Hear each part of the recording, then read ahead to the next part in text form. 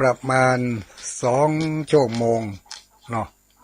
หรือว่าชั่วโมงปลายแก่ๆญาติโยมท่านสาธุชนครูบาอาจารย์พระสงฆ์องค์สังฆเจ้า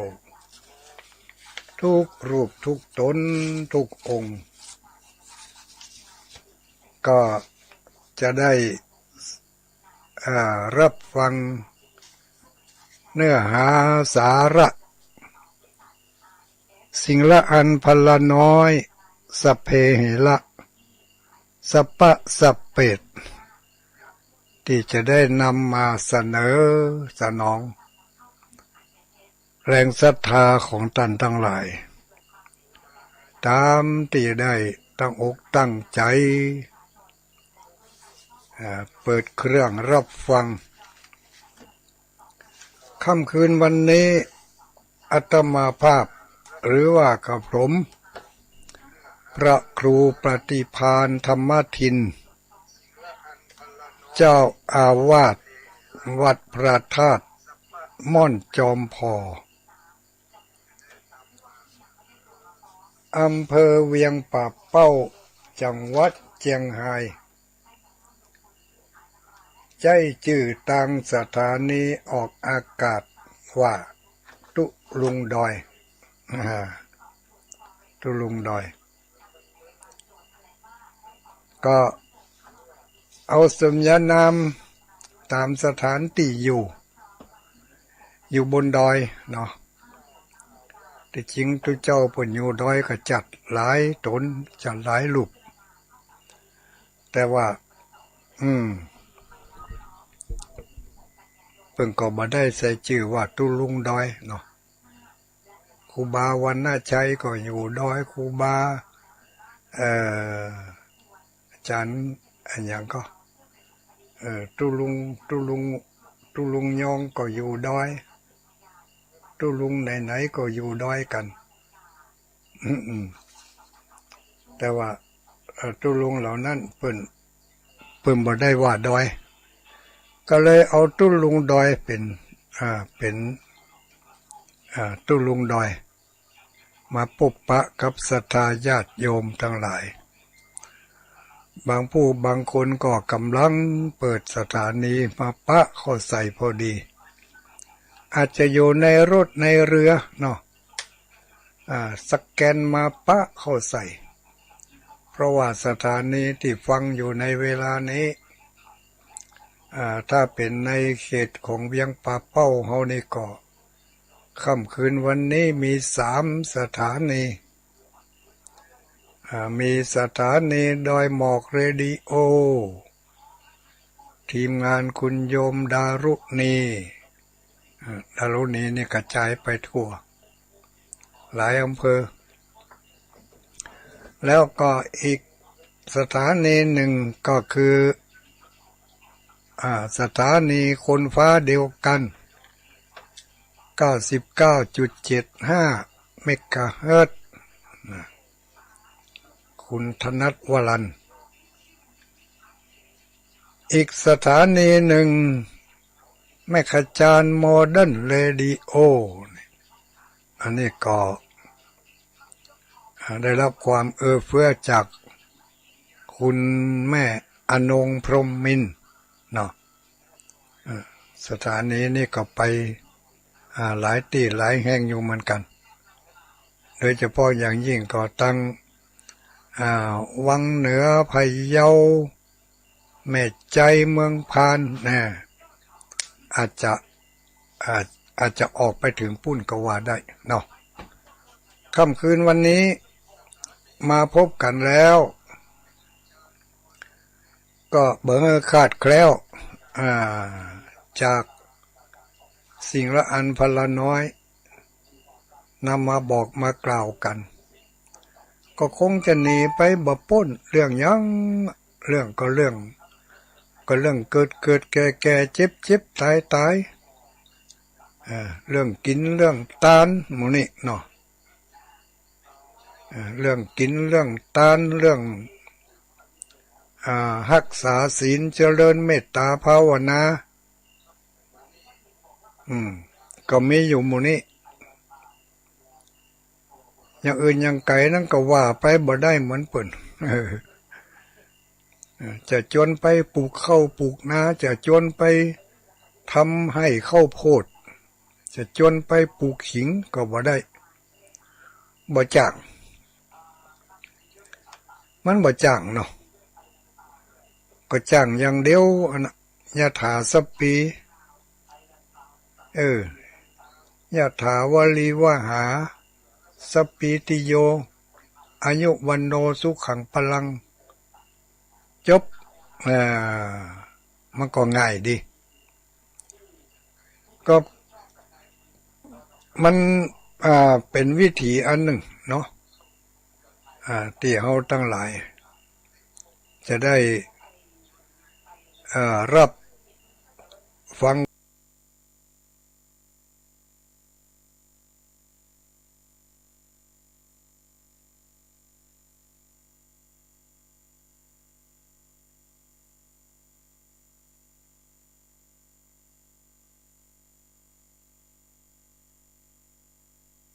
ความคิดความเห็นที่แตกต่าง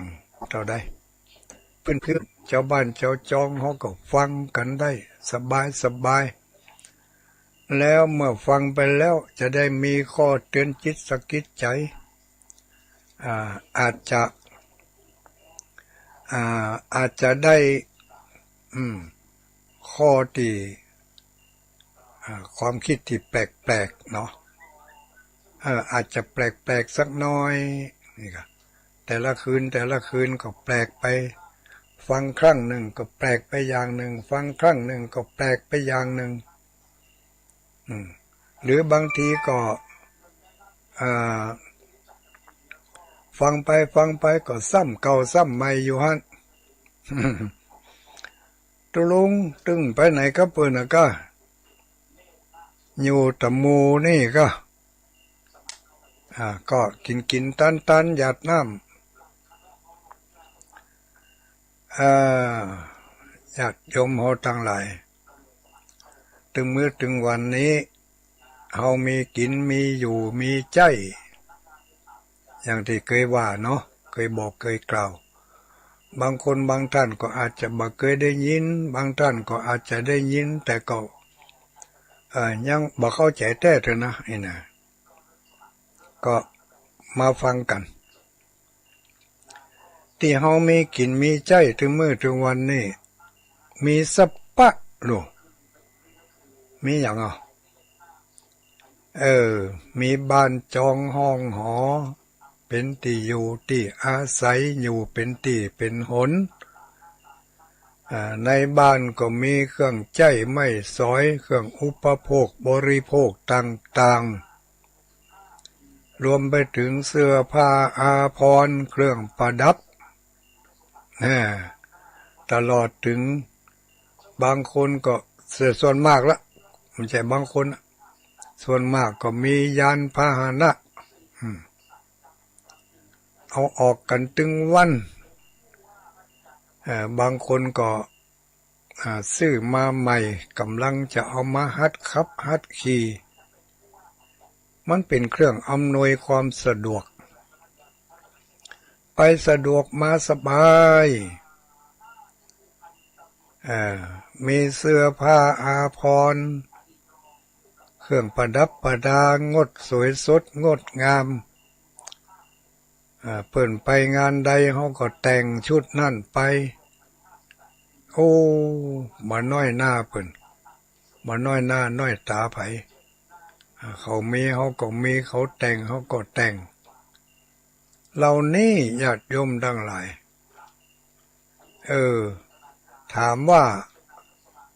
สิ่งเหล่านี้เราได้แต่ใดมาสิ่งเหล่านี้เราได้จากไหนมาก็บอกกันง่ายๆสิ่งเหล่านี้เราได้มาจากการให้ทานการให้ทานโดยรักษาศีลโดยนี่ต้องมีถึง2 อย่างนี่นะ การให้ทานคนที่มีจิตใจเอื้อเฟื้อเผื่อแผ่แบ่งปันสิ่งของที่มีอยู่ให้แก่คนที่ควรให้อันนี้เป็นว่าการแบ่งปันสิ่งของที่มีอยู่ให้แก่คนที่ควรให้แล้วการแบ่งปันให้สิ่งของแก่คนอื่นนั้นผลของมันก็จะสะท้อนย้อนมาให้เฮาได้มีของใจเฮาเคยให้ของกินเฮาก็จะมีของกินอันอร่อยตามความเปิงใจของเฮาเนาะถ้าหากว่าเฮาเคยให้เสื้อผ้าอาภรณ์เคยให้เครื่องนุ่งเครื่องห่มแก่บุคคลใดแก่ไผเมื่อใดเสื้อผ้าอาภรณ์เครื่องประดับประดาต่างๆเหล่านั้นก็จะตกมาถึงแก่เฮาในปัจจุบันนี้ภพนี้ชาตินี้เกิดมาแล้วก็จะต้องได้ไปเกิดในที่เพิ่นมีเข้ามีของมีเงินมีทองถ้าเฮาบ่ได้ทำบุญด้วยการให้ทานทำบุญด้วยการรักษาศีลมาก่อนเนี่ยเฮาจะบ่ได้สิ่งเหล่านี้เป็นเครื่องตอบแทนเฮาจะไปเกิดในที่มันบ่มีข้าวมีของบ่มีอาหารการกินบ่มีเครื่องใช้เครื่องอุปโภคบริโภคเครื่องประดับประดาแต่งเนื้อแต่งตัวอันนี้เกิดจากเฮาเป็นคนที่เฮาเคยฮื้อมาก่อนเฮาถึงได้มาเกิดในสถานที่แห่งนี้ณที่นี้เกิดมาในพ่อนี้แม่นี้บางคนอาจจะสงสัยว่าตัวลงก็เฮายังบ่ไปเกิดที่เพิ่นรวยที่เพิ่นมีเงินทองเหลือกินเหลือใช้นั่นเฮายังมาเกิดหยังที่หยังอัตคัดสนเหลือเกินที่เฮาบ่ได้ไปเกิดในที่เพิ่นมั่งมีสีสุขมีอุปทะดังใจทุกอย่างได้เพราะว่าเฮาบ่มีแห่งพักดันให้เฮาได้ไปเกิดในที่นั้นบ่มีแห่งพักดันให้เฮาได้ไปเกิดในที่นั้นแห่งอันนั้นก็คือแห่งบุญแรงศรัทธาแรงบุญแรงศรัทธาเฮามีแห่งหมกใดเปิ้นพักดันให้เฮาได้มาเกิดในตระกูลในฐานะหมกใดหมกเฮามีกินมีใจอย่างถึงมื้อถึงวันนี้ก็นับว่าเฮาได้สร้างสิ่งที่เป็นเหตุเป็นปัจจัยให้เฮาได้มาเกิดในที่อย่างนี้บางคนก็ดีอกดีใจที่มาเกิดกับพ่อนี้แม่นี้ตระกูลนี้วงนี้บางคนก็ยังคิดบ่พอใจเด้อมันน่าจะไปเกิดในที่รวยๆกว่านี้นะน่าจะไปเกิดในที่ดีๆกว่านี้นะก็ถ้าจะตอบแบบกำปั้นทุบดินก็บอกว่าจะได้ก็ตัวเองสร้างมาหมกแล้วจะเอาอย่างใดแหมก่อน ก็ได้หมกก็ขนาดว่าได้หมกนะบางผู้บางคนบางที่บางแห่งยังลืมตนลืมตัวลืมตนลืมตัวมัวเมาโดยกับสิ่งที่บ่เป็นสิ่งที่เรื่องบ่เป็นเรื่องไปบ่พอก็ไปเป็นคนขี้จิตนีทีเหนียวแถมต่างหาก ขนาดบุญส่งมาให้เกิดในที่อันพอจะมีกินอยู่แล้วนะมีทุกอย่างมีทุกอย่างคนอื่นบ้านเหนือบ้านใต้เปิ่นมีเฮามีเปิ่นได้กินเฮาได้กินเปิ่นได้ใจเฮาได้ใจเปิ่นได้ไปเฮาได้ไปแต่ว่าลืมตัวมันกึดบ่ได้เนาะมันกึดบ่ได้ที่กึดบ่ได้เพราะอันหยังก็เพราะว่าบ่ได้ยินบ่ได้ฟังจากครูบาอาจารย์จากพระสงฆ์องค์สังฆเจ้าจากนักปราชญ์บัณฑิตที่เปิ้นเคยที่เปิ้นบอกเปิ้นกล่าวมาแล้วว่าที่เฮาเกิดมาเฮามีโภคะมีสมบัตินี่เพราะเฮาได้ฮือทานรักษาศีลมาก่อนเน้อเมื่อฮู้แล้วว่าตัวเองมีกินมีใจไปได้สะดวกมาสบายก็จะไปลืมเหตุเก่าเหตุหลังเหตุปัจจัยที่ให้เฮาได้มาเกิดในที่นี้เกิดในสภาพอย่างจะไปลืมตนลืมตัวก่อเหตุใหม่สร้างเหตุใหม่ขึ้นไปแถมเพิ่มขึ้นไปบุญมีมาตายเขาควายลังว่องบุญมีมาตายเขาควายลังว่องเนาะเกิดมาแถมภพหนึ่งชาติหนึ่งอาจจะขยับฐานะขึ้นไปแถมไปเกิดในที่ดีกว่านี้แถมที่ดีกว่าที่เขาเป็นปัจจุบันนี้ที่เป็นคนมั่งมีสีสุขอยู่แล้วก็จะไปเกิดในตระกูลที่เพิ่นมั่งมีสีสุขยิ่งขึ้นไปแถมเพราะว่าเขาได้สร้างเหตุสร้างปัจจัยโดยอาศัยเหตุเก่าเหตุเดิมที่ส่งเขาได้มาเกิดในที่นี้ในสภาพอย่างเขาก็บ่ลืมตนลืมตัวมันรักษาศีลมันเจริญเมตตาภาวนามันเป็นคนฮื้อตานเปิ่นมีกินมีตานที่ไหนก็ตานอายุโทภละโททีโรวันนะโทเนาะอันนังปานัง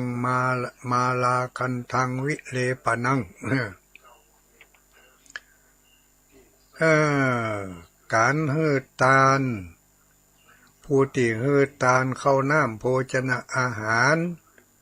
ก็ย่อมจะได้เครื่องบำรุงกำลัง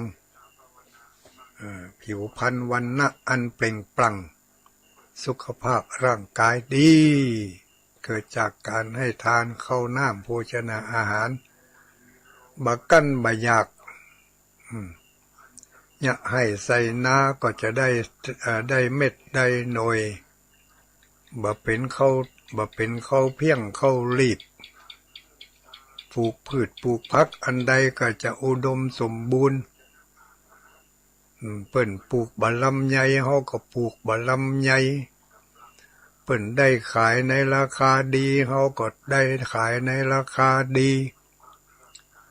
แต่ถ้าเฮาทำสักแต่ว่าเนี่ยมันก็ได้เหมือนกันแต่ผลตอบมามันต่างกันจับยำที่เปิ้นได้ขายในราคาดีๆผลผลิตของเฮายังบ่ทันออกเตื้อเนี่ยเปิ้นปลูกขิงปลูกข้าวโพดเปิ้นมาประกาศซื้อบ่เดี๋ยวนี้กิโล10 บาท20 บาท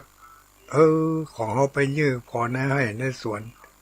ยังบ่แก่เตื้อยังลกบ่ได้เตื้อยังเก็บบ่ได้เตื้อแน่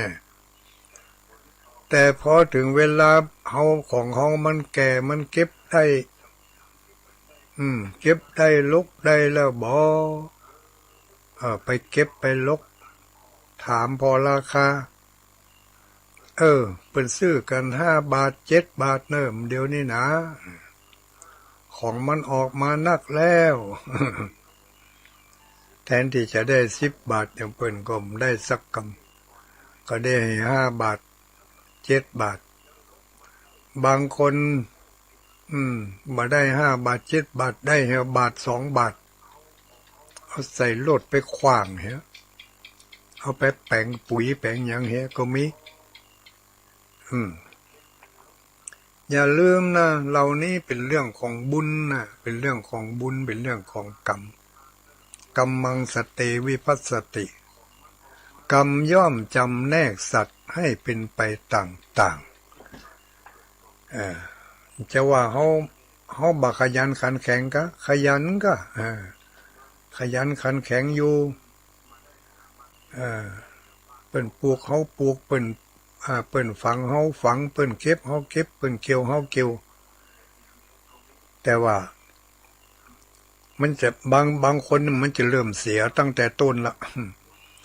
เปิ้นปลูกเขาปลูกเปิ้นงามเขาบ่งามนี่เปิ้นได้ใส่ปุ๋ยเปิ้นบ่ได้ใส่ปุ๋ยงามใบงามบอดเขาซื้อปุ๋ยมาใส่ยิ่งใส่ก็ยิ่งเสียไปติ๊กเสียถึงทุนเสียถึงเวลาเสียถึงสุขภาพเรื่องของบุญญาติโยมทั้งหลายมันเป็นอย่างนี้มันเป็นลักษณะอย่างนี้พลังอำนาจของบุญพอบาหันแต่มันมีตัวตนมันมีพละมีอำนาจที่จะเนี่ยให้เราเป็นไปต่างๆได้กรรมคือการกระทำของเราถ้าเรากระทำด้วยการให้ทานรักษาศีลผลของมันก็จะเนี่ยให้เรามั่งมีสีสุขมีทรัพย์สินของเงินทองของกินของใจเกิดจากการที่เราได้ให้สิ่งใดมันก็ผลตอบแทนมากกว่าค่ายๆครับสิ่งนั้นเขาให้เขาน้ำโภชนะอาหารก็จะเนี่ยให้เขาได้อิ่มมีปรีมันร่างกายตุ้ยปีดีงามนี่ผิวพรรณเปล่งปลั่งแต่อย่าลืมให้ทานอย่างเดียวบางทีมันก็อย่างในธรรมนิพพานสูตรว่านั่นน่ะตุลุงเขาจังเคยได้ยินตุลุงยองผ่องตุลุงทำพ่อครูอย่างนั้นตอนเจ้าที่เป็นจังเทศธรรมมาเจ้าวันจันทร์เป็นจังเอามาเทศนาให้เราได้ยินได้ฟังกันทุกตนทุกองค์ที่เป็นธรรมเมืองธรรมนิพพานสูตรไปถึงว่าไว้ลูกผู้ที่เฮตานรักษาศีลย่อมจะมีโภคะมีสมบัติมีเข้าของเงินทองเครื่องใจไม่สอยเพราะจะอั้นเขาอย่าเป็นคนขี้จี้เคยเป็นคนขี้จี้มาตั้งแต่เด็กแต่น้อยมาถึงเฒ่าถึงแก่แล้วก็สละแบ่งปันไปบางคนก็แบ่งปันไปตั้งแต่เล็กแต่น้อยมาจนถึงบัดเดี๋ยวนี้ก็ยังบัดตันให้ผลเตือแต่เขาก็จะไปฟังน้อยเนื้อตำใจแต่ว่าขอให้เอาผลในปัจจุบันเอาผลในปัจจุบันที่มันเป็นผลที่ตรงกันที่ตรงกับเหตุที่เขาได้สร้างผลปัจจุบันนี้คืออะไรสีเลนะสุขติงยันติผู้มีศีลย่อมมีความสุขผู้มีศีลย่อมมีความสุขรักษาศีลไปด้วยศีลคืออะไรก็คือการรักษากายวาจาให้เป็นปกติจะไปด่าไปแจ้งไผจะไปติฉินนินทาเล่าหน้าจ่าขวัญไผมันก็มีความสุขแล้วลูกสีเลนะสุขติงยันติลองไปพอต่อในกลุ่มใดหมู่ใดถ้ามีการเล่าหน้าจ่าขวัญกันนี่มันจะมีความสุขนะจะอู้กรรมก็ต้องเหลียวหน้าเหลียวหลัง มั่นใจรู้นั่นจะมีไผมาได้ยินตัวพ่องเนี่ยบางทีคนได้ฮอบบักใครได้ยินก็ อาจจะมาแอบอาจจะสลดสลันเข้ามาได้ยินเขากำลังอู้กันนี่แสดงว่าอู้ที่ผิดศีลนั้นมันบ่ปลอดภัยนะแต่ถ้าอู้ที่มันบ่ผิดศีลนั่นใครให้เปิดได้ยินหนึ่งกำก่อนนี่อู้ไปแล้วก็ม่วนอกม่วนใจอู้ไปแล้วมันสบายใจสบายกำอู้สบายปากรักษาวจีกรรมการรักษากายกรรมอันนี้มันก็รักษามือรักษาเท้าเนาะรักษากิริยาท่าทางหน้าตาเป็นการรักษากายกรรมหูตามือเท้านี่รักษาให้มันดีอย่าไปจี้ไปเลยบางคนนี่จี้เปิ่นไปเลยจี้เปิ่นหมอนั่นบ่ดีหมอนี่บ่ดีอย่างอันบ่ดีอย่างนี้ก็นักแก่ผมก็เขาจะต้องในฐานะที่เขาเจริญวัยใหญ่ขึ้นมาอยู่มาจนป่านนี้แล้วเนาะสิ่งสำคัญที่สุดก็คือหาที่จังที่เปิ่งให้ได้นั่นน่ะอันที่จังที่เปิ่งนี่ก็ต้องเสาะหาด้วยการฟังการอ่านฟังหลายๆตนฟังหลายๆคนอ่านหนังสือหลายๆเล่มอ่านข้อความหลายๆอย่างก็เลือกคัดเอาข้อความอันใดดีอ่านอันใดบ่ดีอ่านอันที่มันดีอ่านก็มีอ่านไปบรรทัด2 บรรทัดก็มาพิจารณาพอมันจะเป็นความจริงอย่างอันก็จ้านะถ้าเป็นความจริงเขาก็เอามาซักไซ้ไล่เลียงอันใดที่เขาแยะได้เขาก็แยะไปบ่ต้องถึงกับว่าจะต้องมีคนมาจักมาจุงเขาเพราะว่าสมัยนี้การสื่อสารต่างๆอยากให้เขาได้หู้ได้หันได้เข้าอกเข้าใจในหลายอย่างเขาได้ยินได้ฟังแล้วเขาก็ลักเอามาใจอู้ถึงลักนี่ลักที่ผิดศีลก็มีลักที่บ่ผิดศีลก็มีนะมันจะว่าลักขึ้นชื่อว่าลักและผิดศีลทั้งหมดนะถ้าลักของคนอื่นที่เพิ่นบ่ได้อนุญาตขาดผงนั่นน่ะผิดศีลแต่ถ้าหากว่าเฮาลักจือลักจำลักเอาความคิดของเพิ่นมาใจอันนี้บ่ผิดหรอกเพิ่นเขียนไว้ในหนังสือในโทรศัพท์ในโทรทัศน์อย่างต่างๆเพิ่นเขียนไว้เฮาก็ลักเอามาใจก็จะเป็นที่ซ้ำจะเป็นเรื่องที่ดีนะเป็นเรื่องที่ดีที่เนี่ยเรามีโอกาสที่จะได้ปรับเนื้อปรับตัวปรับจิตปรับใจของเรายังเพิ่นเขียนไว้เขาส่งมาให้เรื่องหนึ่งเนาะเพิ่นว่าอันอย่างก็1เคารพพี่ให้เกียรติเพื่อนคอยเตือนน้องแน่นี่เขาส่งมาฟังดูแล้วก็ดีเคารพพี่ให้เกียรติเพื่อนคอยเตือนน้องนุ่งทุ่งซองเนี่ยบางทีนี่คำว่าน้องนี่ก็คือผู้มาทีหลังนะจะเป็นน้องจากออกจากต้องเดียวกันมาหรือว่าน้องจากใน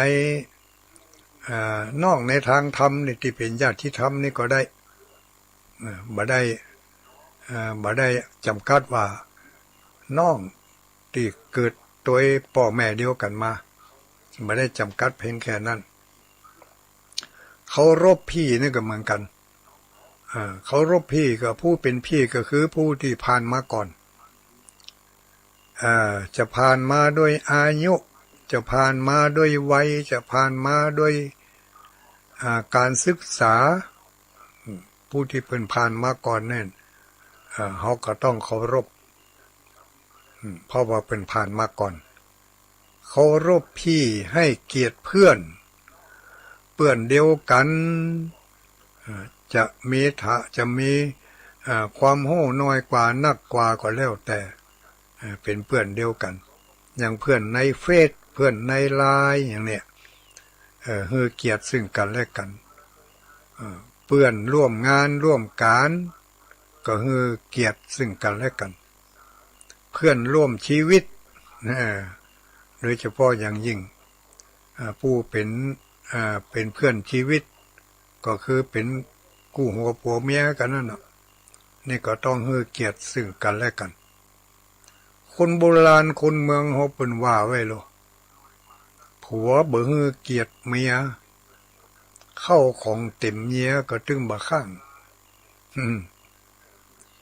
กันเมียบ่ให้เกียรติผัวมีคำเต่าหัวก็ตึงบ่เคินบ่ข้างอันนี้สำคัญนะผัวบ่ให้เกียรติเมียมีเข้าของเต็มเมียก็ตึงชิบหายสักวันละมันตึงบ่เหลือเพราะว่าบ่ให้เกียรติซึ่งกันและกันคู่กันนี่ยังก็ไปกินพริกยังก็กินเล็กกินข่างที่ไหนมานี่เมื่อใหม่ๆนี่ดีกะพอเมินไปสักจะเริ่มสังเกตพอได้เมื่อใหม่ๆอยู่ด้วยกันใหม่ๆนี่แต่งเนื้อแต่งตัวพลีพล่อพอเมินไปกันแต่งเนื้อแต่งตัวหลุ่มหล่ำละก็นั่นนะความสำคัญอย่างละเอาไปเอามาก็การแต่งตัวเริ่มบ่พิถีพิถันละบ่เหมือนกับอยู่ด้วยกันใหม่ๆพอเมินไปการแต่งตัวเริ่มปล่อยปะละเลยจากนั้นการแต่งวาจาแต่งกายนะการแต่งกายเริ่มเลอะเลือนไปปล่อยปะละเลยบ่ใส่ใจบอกว่าไม่ยิงผู้ชายต่อไปการแต่งวาจาแต่งวาจานี่ก็เริ่มละบ่พิถีพิถันละใครอู้หยังก็อู้ใครว่าหยังก็ว่าละคิงฮ่าบาไออีกูมึงกันมืดขึ้นมาแล้วออกไปแล้วลูกถ้าแท้ออกมาทันทีนี่วาจาบ่ได้ตบบ่ได้แต่งต้องแต่งอยู่ตลอดเวลานะอย่างน้อยๆก็แต่งให้มันดูดีนะให้มันดูดีเอาไว้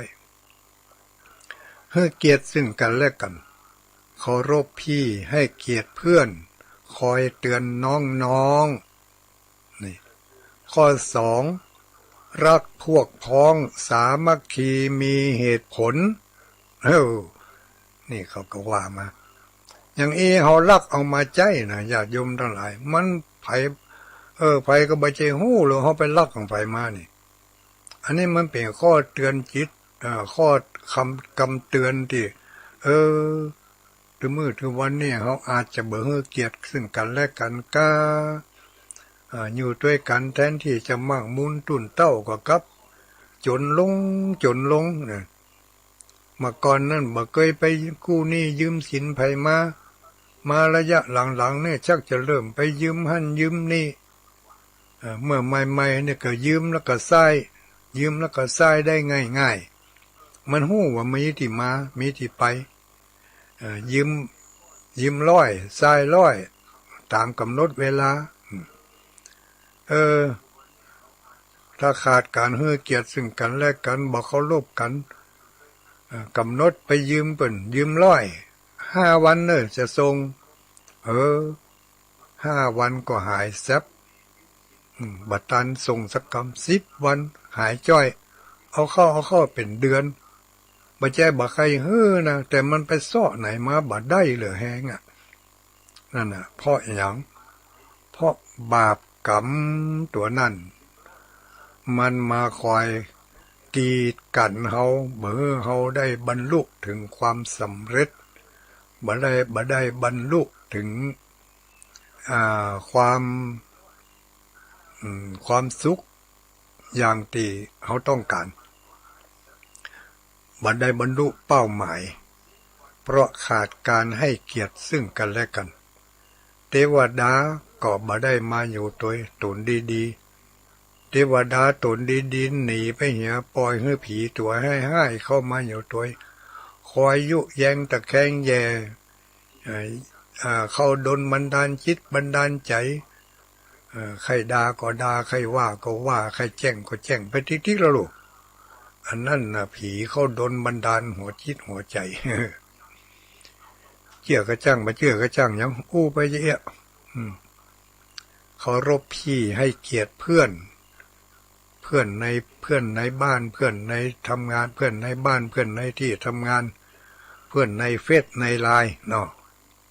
คอยเตือนน้องๆข้อที่สองรักพวกพ้องสามัคคีมีเหตุผลนี่รักเอามาใจเนอะข้อที่สามร่วมสุขร่วมทุกสุขทุกที่หมาย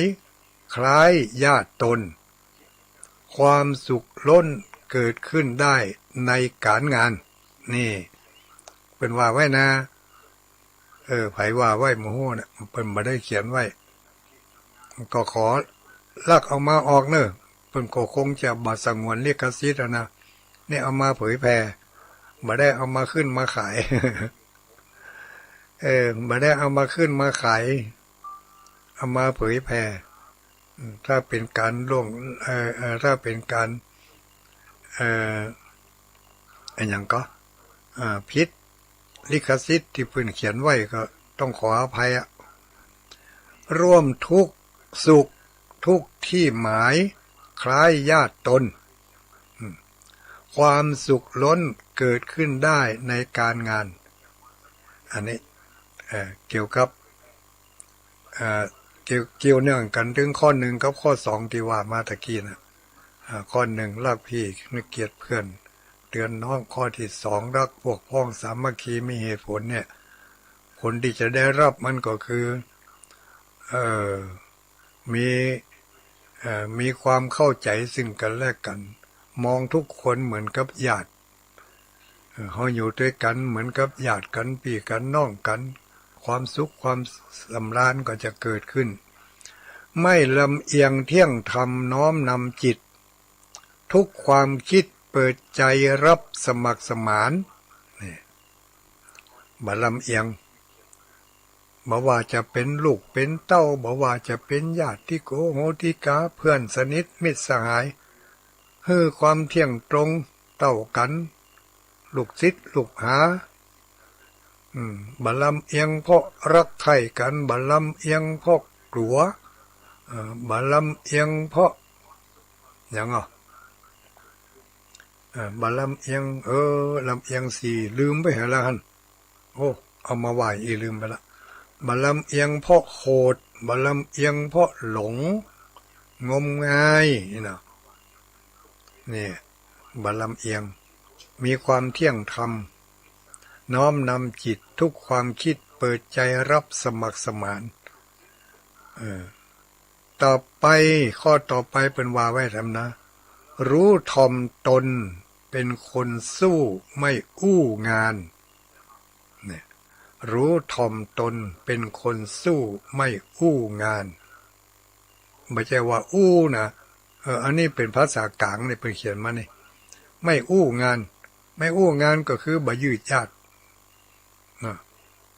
บ่ยืดญาติบ่ทวงงานเอาไว้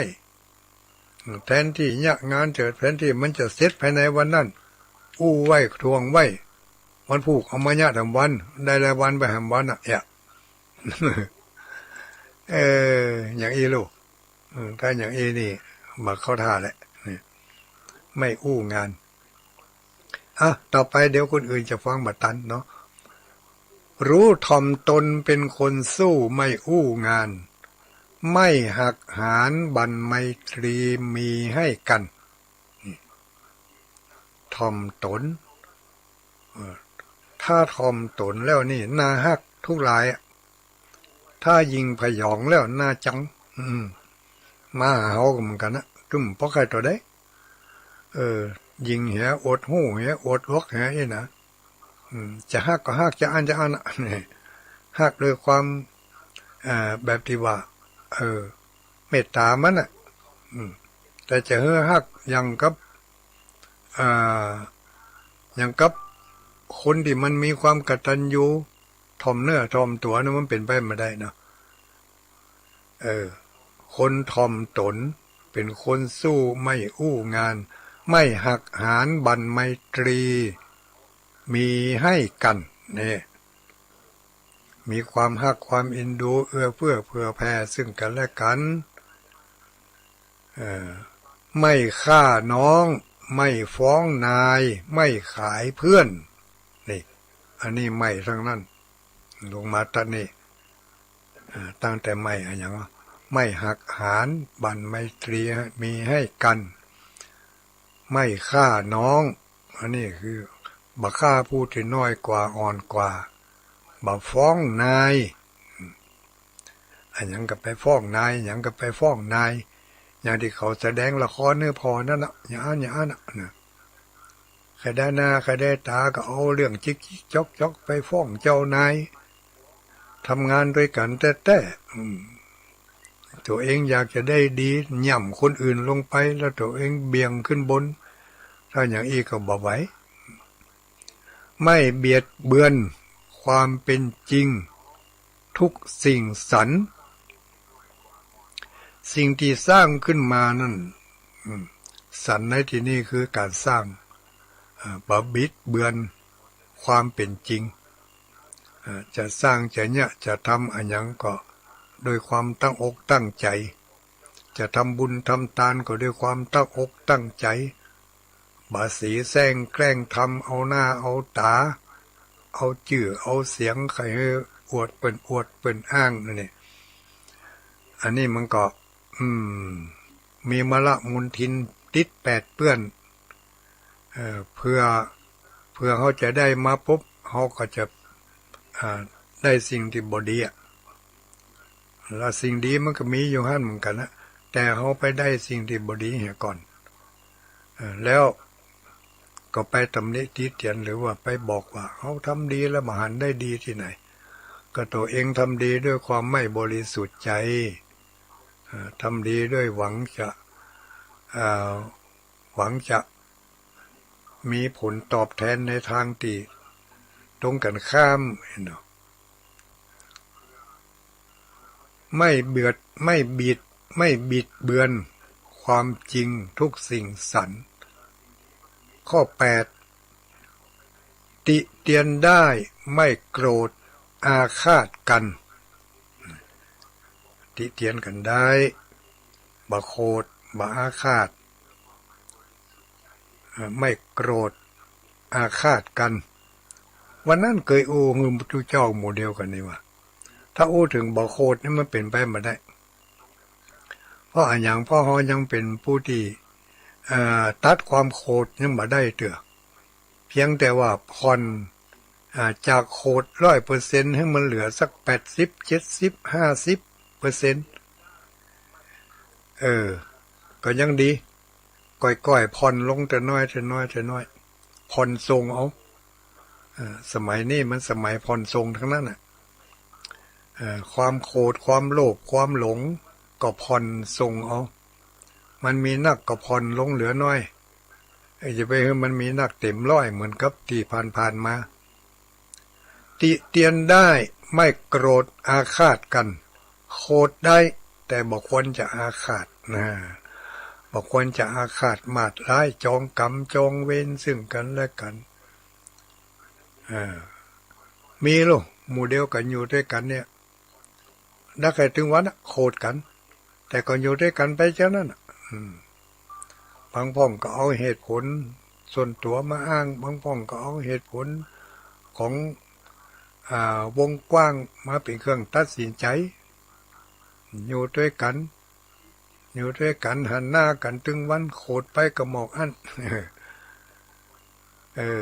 มันโคตรเขาแต่งบ่โคตรเหก็แล้วไปกับสกรรมก็ดีต่อกัน เล่นด้วยกันต่อไปแถมนั่นละอ่อนเป็นจะได้ว่าอย่างนั้นเพราะกิเลสมันมีเหมือนนักเมื่อเหมือนกับเฮาคนเฒ่าคนแก่นี่บางครอบครัวนี่บ่ปากห่อพอหน้ากับลูกโอ้ทำมาสุโขโคตรกันมาตั้งแต่มาได้แต่เมื่อเป็นละอ่อนแล้วนะโคตรกันมาตั้งแต่เมื่อเป็นละอ่อนจนกระทั่งมาถึงเท่าบเดียวนี่ก็ยังไม่ยอมปากห่อพอหน้ากันเตือโคตรแตะโคตรว่าโคตรเมินตีเตียนได้ไม่โกรธอาฆาตกันไม่แก้ตัวโดยหันไปโทษใครเฮานี่ดีกะคนอื่นน่ะกับมันบ่ดีอ่ะเนี่ยมันฉะนั้นนะเฮานี่ดีหมดคนอื่นแล้วคนอื่นบ่ดีหมดอีกก็บ่ไหวไม่รู้แก่โทสะพาวิกฤตทุกปัญหาร่วมกันคิดช่วยกันแก้อันนี้ข้อความต่างๆเหล่านี้เขาลองมาพิจารณาพออันใดที่เขาเอามาใจได้เขาก็เอามาลักเอามาใจมันเกิดประโยชน์กับเขามีเมตตากรุณาอยู่ในใจทั้งน้อยใหญ่จะนอบน้อมพร้อมศรัทธามีเมตตากรุณาอยู่ในใจมีศีลมีธรรมอยู่ในใจมีศีลมีธรรมมีศีลก็คือมีการสำรวมมีธรรมก็คือความอดกลั้นอดออมอันหัวโขนเขามีไว้ใส่ครอบหัวมิใช่ตัวเราจริงจังดังที่เห็นเขามีบทกำหนดแจ้งแสดงเป็นเมื่อเลิกเล่นอย่าหลงผิดคิดว่าเราเนี่ยหัวโขนนี่นะเป็นสมมุติเอาลูกสมมุติอย่างเขาแสดงละครในโทรทัศน์ในวิทยุในโซเชียลต่างๆเนี่ยบางคนนี่พอเลิกโคตรตัวเปิ่นอิจฉาตัวเปิ่นแสดงออกตั้งแสดงออกถึงเนื้อถึงตัวอย่ามาจังเอาอีตัวนั่นอย่ามาจังเอาบาตัวนี้อ่ะน่าแสดงว่าบ่ฮู้จักว่าอันใดหัวโขนหัวแต้เปิ้นสมมุติกันขึ้นแสดงกันไปอย่างนั้นแล้วเฮาก็พากันมาบริโภคอารมณ์เหล่านี้เก็บไว้ในใจถึงวันทุกเรื่องพอการละครฟังการละครทุกเรื่องถึงวันอย่าเฮอช้ำอกช้ำใจจ้ำเล็กจ้ำน้อยเก็บไปสะสมไว้ในความรู้สึกเหมือนเข้าระบาดออกมาทางจิตใต้สำนึกอยู่มาอยู่กับโคตรหั่นโคตรนี่มีเรื่องเล็กๆน้อยๆก็พานโคตรเอาไปลงคนในครอบครัวของตัวเองไปลงกับผัวพ่องลงกับเมียพ่องลงกับลูกพ่องเนี่ยถึงเพราะมันสะสมไว้ในจิตใจสำนึกมาเมื่อนาน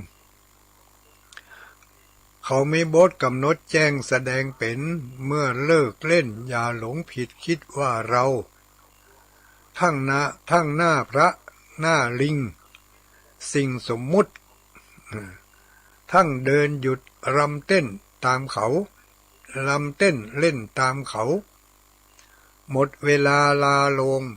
จงถอดเอาหน้าโขนเก่าเก็บไว้ใช้หน้าจริงในเวทีชีวิตมีมิตรไว้มีน้ำใจไมตรีดีกว่ายิงเพื่อนสนิทมิตรสหายไว้พึ่งพิงเพื่อนสนิทมิตรสหายไว้พึ่งพิงพระลักลิงพระยักษ์ลิงค ควรคิดย้อนสอนตัวเราอันพระยักษ์ลิงนี่เป็นหมายถึงเรื่องในละครน่ะตัวละครตัวพระตัวยักษ์ตัวลิงควรคิดย้อนสอนตัวเราบทละครที่เป็นแสดงออกมาเป็นอย่างไรเฮาก็ลองพิจารณากันนี่ก็เป็นเรื่องหนึ่งที่ว่าเฮาน่าจะลักออกมาใจเฮียนหูเป็นเรียกว่าอะไรอย่างก็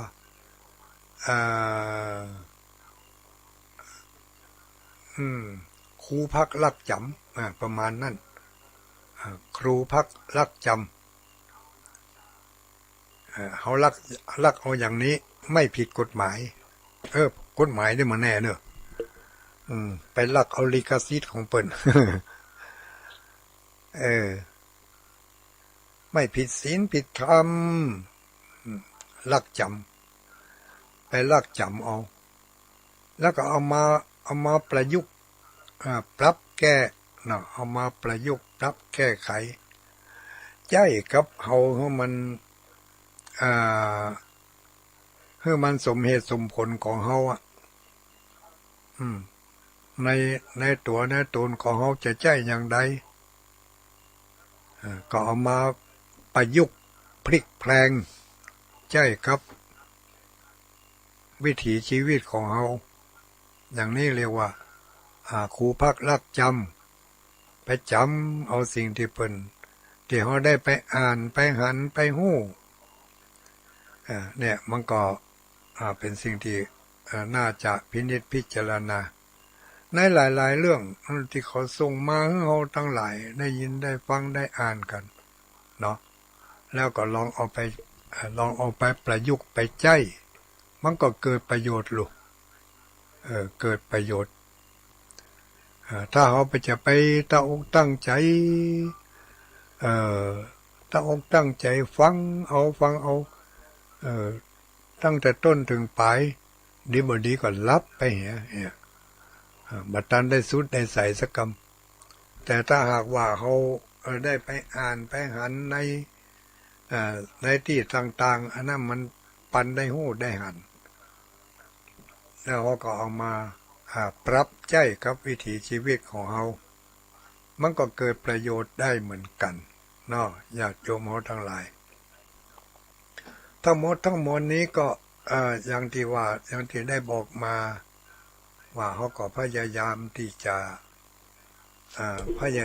จะนำมาใช้ให้มันเกิดประโยชน์ให้มันเกิด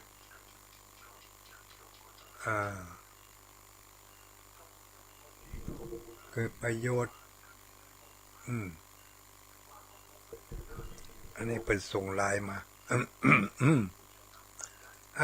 ขออนุโมทนาเนอะ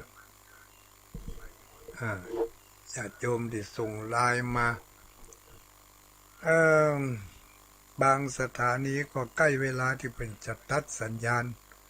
เข้าไปสู่รายการอื่นละก็เหลือกับหมู่เฮาก็ฟังกันต่อไปเนอะขั้นรายการนี้เห็นน้อยญาติโยมทั้งหลายขั้นรายการนิดหน่อยเพื่อบางทีอาจจะบางสถานีอาจจะไปรายการอื่นละนะขออนุโมทนากับญาติโยมทุกคนทุกท่านเนอะวัดพระธาตุม่อนจอมพอจะมีงานทำบุญประจำปีในวันที่2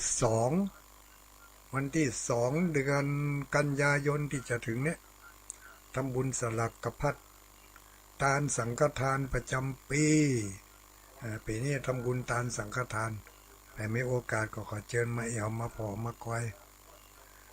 มาร่วมทำบุญทำทานด้วยกันเนอะลงทานก็เหมือนเดิมจะเอามาร่วมก็ได้ในวันที่2ที่จะถึงนี่นะที่วัดพระธาตุม่อนจอมพอเนาะพร้อมกันนั้น อีกข่าวหนึ่งท่านที่ได้ บริจาคจตุปัจจัยให้หอมเกี่ยวกับการเกี่ยวกับร่วมทำบุญร่วมทำบุญที่ไหนร่วมทำบุญวัดทุ่งสำนักสงฆ์วัดทุ่งเศรษฐีทุ่งเศรษฐีสันตอ